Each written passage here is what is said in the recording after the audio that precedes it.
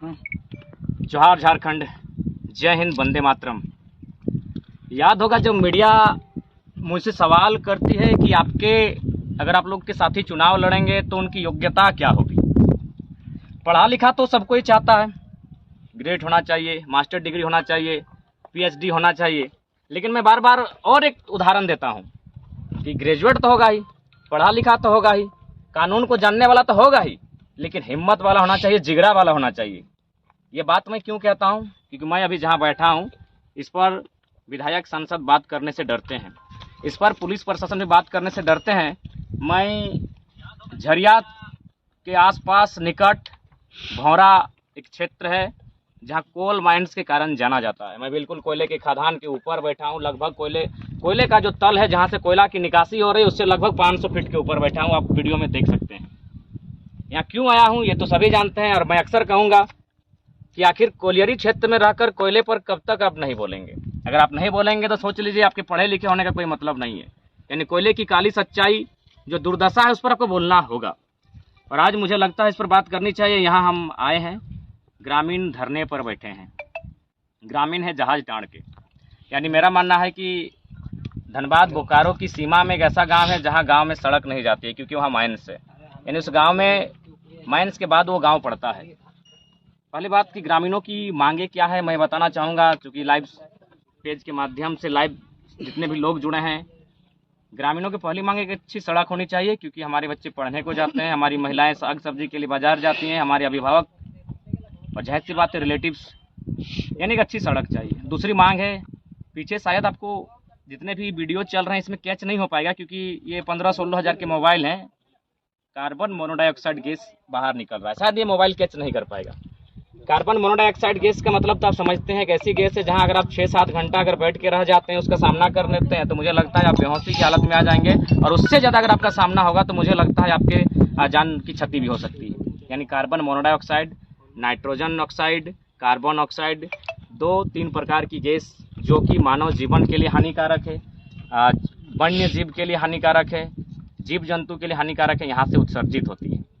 तो इसलिए ये भी मानना है कि प्रदूषण को कंट्रोल करें। बाकायदा कोई भी अगर माइनिंग होता है, कुछ भी योजना अगर होती है, चाहे फैक्ट्री हो, कारखाना हो, या फिर कोयला की खदान हो, अभ्रक की खदान हो, कुछ भी हो, तो उसका एक रूल होता है। माइनिंग्स का भी एक अपना रूल होता है। प्रदूषण बोर्ड की अनुमति लेनी पड़ती है, डीसी से अनुमति लेनी पड़ती है, खनन विभाग की अनुमति लेनी पड़ती है, यानी कुल मिलाकर कुछ अनुमति होता है। लेकिन आपको जानकारी होगी, हालांकि हम लोग लेटर नीचे रखे हैं जहां धरना हो रहा है, हम लोग काफ़ी ऊपर आ चुके हैं माइंस के ऊपर, तो वहाँ ना माननीय डीसी महोदय को मालूम है, ना ही खनन विभाग को मालूम है कि यहाँ माइंस चल रहा है। यानी मैंने हेडलाइन लिखा है कि सत्ता, शक्ति और संपत्ति अगर आपने अर्जित कर लिया है तो लोकतंत्र में भी आप राजतंत्र को चला सकते हैं। सत्ता, शक्ति और संपत्ति, तो यहाँ कह सकते हैं बाकायदा एक ऐसा माइंस चल रहा है जिसे माननीय उपायुक्त महोदय भी कहते हैं मुझे जानकारी नहीं है, खनन विभाग कहती है मुझे जानकारी नहीं है, और बाकायदा इस क्षेत्र में जो माइनिंग्स हो रहे हैं वहाँ माननीय उपायुक्त महोदय के लेटर के साथ ये जारी हुआ है कि उन्हें मुआवजा मिलना चाहिए। बाकायदा बीसीसीएल भी अपने लेटर हेड में आरटीआई का उत्तर देती है कि 26 करोड़ का रुपया मतलब भुगतान किया जाएगा ग्रामीणों को, लेकिन ग्रामीणों तक 2 करोड़ पहुंचा है, 24 करोड़ किस टेबल में है किसी को पता नहीं। तो फिलहाल मुद्दा है नियोजन, आप सभी जानते हैं। मैं बार बार कहता हूँ बीसीसीएल, सीसीएल, ईसीएल ये झारखंड में चलती है, डब्ल्यूसीएल महाराष्ट्र में, एनसीएल मध्य प्रदेश में, एमसीएल उड़ीसा में, बाकी जगह और 3-4 यूनिट है। जब वो अन्य प्रदेशों में काम करती है तो बहुत बेहतर काम करती है, मानवीय मूल्यों का ख्याल रखता है, संवैधानिक मूल्यों का ख्याल रखा जाता है, लोकतांत्रिक मूल्यों का ख्याल रखा जाता है, और कंपनी काम करती है। लेकिन वो कंपनी जैसे झारखंड आती है, मुझे लगता है कि झारखंड के लोग मनुष्य ही नहीं है। भारत के संविधान आर्टिकल 48 के अनुसार एक पशुओं को भी जीवन जीने की आज़ादी है, उसका भी संरक्षण करने की बात कहता है। भारत का संविधान नीति निर्देशक तत्व के अंतर्गत अनुच्छेद 48 जो होता है उसमें वन्य जीवों को यानी पशुओं को भी कहता है कि इसे भारत देश में जीने की आज़ादी है, जीने की स्वतंत्रता है। लेकिन झारखंड एक ऐसा राज्य है जहां मनुष्यों को भी जीने की स्वतंत्रता नहीं है। यहाँ बीसीसीएल बाकायदा कोई हिम्मत नहीं करता है कि बीसीसीएल और टाटा पे बात करें। इसीलिए मैंने कहा कि हमारे विधायक अगर बनेंगे, हमारे सांसद अगर बनेंगे तो ऐसे होने चाहिए जिनके पास पढ़ा लिखा होने के साथ हिम्मत होना चाहिए। बीसीसीएल टाटा पर बात करना आसान बात नहीं है, क्योंकि दुनिया में इनका बड़ा नाम है, लेकिन जैसे ये झारखंड आती है अमानवीय व्यवहार, अमानवीय दृश्य देख सकते हैं। माइनिंग्स का भी रूल होता है कि यदि आप माइनिंग्स करते हैं तो उसको पहले बालू से ढकिए, फिर उसको मिट्टी से ढकिए और समतल कीजिए ताकि वो पेड़ लगाया जा सके। लेकिन कोई रूल्स फॉलो नहीं करती है। बाकायदा जिस खर्चा के साथ वह पेड़ लगाएगी, मिट्टी भरेगी, वह उससे कम खर्चा वह प्रशासन को दे देती है, उससे कम खर्चा वो माफियाओं की एक टीम को देती है और माफिया तैयार। बाकायदा आपको जानकारी होनी चाहिए, झारखंड में अगर माफिया को किसी ने शरण दिया है तो BCCL ने दिया है। झारखंड में अगर नक्सलवाद किसी के कारण उत्पन्न हुआ है तो टाटा जैसी कंपनियों के कारण उत्पन्न हुआ है, जो लगातार जल जमीन जंगल को छीनने का काम कर रही है। तो आज जहाँ बैठे हैं ये कोलियरी का वह दुर्दांत दृश्य है, जिस दृश्य को देखने के बाद आपको अंदर से एक पीड़ा होगी, आपको एक दर्द होगा, एक तकलीफ होगा कि हम एक लोकतांत्रिक भारत में जीते हैं जहां मानवीय मूल्यों की, लोकतांत्रिक मूल्यों की, संवैधानिक मूल्यों की रोज कत्लेआम होता है। आज वही एक चीख चीख कर अपने दर्द की दास्तां को कहता हुआ ये कोलियरी, ये कोयला का खदान, ये माइनिंग एरिया लगातार अपनी चीख चीख कर अपने आप को बता रहा है कि हमारे साथ क्या अन्याय होता है। अरे क्या मांग है इनकी? मुआवजा है। जो कोयला का खदान अरबों रुपए का टर्नओवर देता है, जो खरबों रुपए का टर्नओवर देता है, एक मामूली सी नौकरी, प्रदूषण कंट्रोल करना, एक छोटी सी सड़क, एक छोटा सा नियोजन, चंद एक मुट्ठे में अट जाए उतने धनराशि की मुआवजा मतलब क्या? एक मुट्ठे में अट जाए। आपका पास तो इतना है कि एक खदान में नहीं हटेगा उतना पैसा आप कमाते हैं। आप अगर पैसों को डंप कर देंगे तो इतना हो जाएगा, लेकिन जिनकी ज़मीनें हैं उनको लाठियाँ, अभी बम बारूद। और आज मैं बाकायदा आपको कहना चाहूँगा, कानों कान इस खबर मिली है कि ग्रामीण जो नीचे बैठे हैं इनके पास है बांस की लकड़ियाँ हैं जो अपनी सुरक्षा में रखे हैं, जो सच्चाई उसको कहेंगे। लेकिन अगले जो है माफिया हैं उनके पास आधुनिक बम है, आधुनिक हथियार हैं। और लोकतांत्रिक देश में जो कहती है कानून का डंडा बहुत दूर तक जाता है, कानून के हाथ बहुत लंबे हैं, कानून के सामने बमबारी होती है, लेकिन अब तक कोई FIR नहीं होता है। आज ऐसी घटना घटने की पूरी संभावना है क्योंकि 8 दिन से माइंस बंद है और जानते हैं कि माइंस बंद होना यानी कितना माने झटका लगता है। अरे झटका लगे तो लगे, हमारे जीवन का सवाल है। हमारे पूर्वजों की रहती ज़मीन जहाँ कभी फसलें उगाते थे, जहाँ कभी हरे हरे मैदान हुआ करते थे, इसको काले हीरे के कारण प्रदूषण में और मौत के खंडहर के रूप में आपने तब्दील किया है।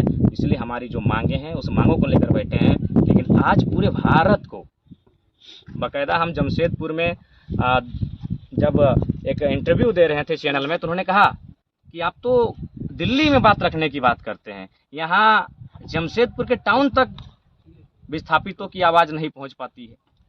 यानी हम एक ऐसी व्यवस्था में जी रहे हैं और झारखंड को ऐसा दरकिनार किया जाता है कि एक प्रेम कहानी नेशनल न्यूज़ बन जाती है, एक SDM कोई लड़की थी वो नेशनल न्यूज़ बन जाती है, एक ऐसी ऐसी कहानियाँ नेशनल न्यूज़ बन जाती हैं, लेकिन हमारी चित्कार, हमारी तकलीफ़ों को सुनने वाला कोई नहीं। ये बाकायदा चैनल वाले बोल रहे हैं कि जमशेदपुर की छोटी छोटी घटनाएँ टाउन तक नहीं पहुँचती हैं। तो सोच सकते हैं कि कितनी गंभीर स्थिति में हम हैं, क्या अन्याय हमारे स्टेट के साथ हो रहा है। यही कंपनियां जब दूसरे स्टेट में काम करती है बहुत सुंदर काम करती है, बहुत अच्छा उनका काम करने का तरीका होता है।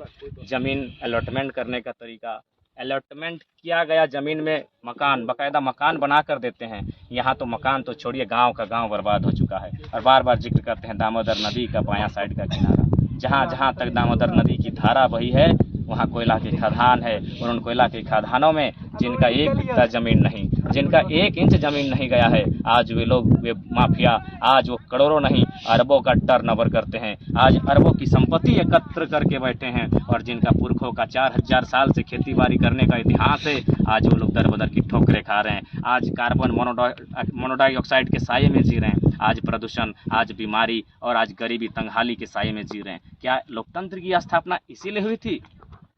आज लोकतंत्र की स्थापना अगर इस देश में हुई थी तो यह सोचकर लोकतंत्र की स्थापना हुई थी कि एक आम व्यक्ति को आगे बढ़ने का अवसर मिलेगा, एक आम व्यक्ति के हितार्थ की रक्षा की जाएगी। लेकिन एक आम व्यक्ति डर के साये में, खासकर जहाँ कोल ब्लॉक से, खासकर जहाँ उद्योग संभावना है, वहाँ एक आम व्यक्ति डर के जीता है कि रात को हम सोएंगे अपना ज़मीन का कागज़ का पेपर लेके, सुबह जैसे आँख खुलेगी वह ज़मीन किसी और की हो जाएगी, वह ज़मीन किसी कंपनी की हो जाएगी, वह ज़मीन किसी परियोजना को चली जाएगी और हमें आंदोलन, धरना, भूख हड़ताल, अनशन। क्या लोकतांत्रिक व्यवस्था में एक आम व्यक्ति जीवन भर हड़ताल पर बैठेगा, एक जीवन भर भूख हड़ताल पर बैठेगा, अनशन पर बैठेगा, आमरण अनशन पर बैठेगा? तो फिर लोकतंत्र का मूल्य क्या? अगर लोग प्रत्येक दिन धरने पर ही बैठे, अगर धरना से ही समझौता हो, फिर लोकतांत्रिक मूल्यों की मर्यादा कहाँ रहती है?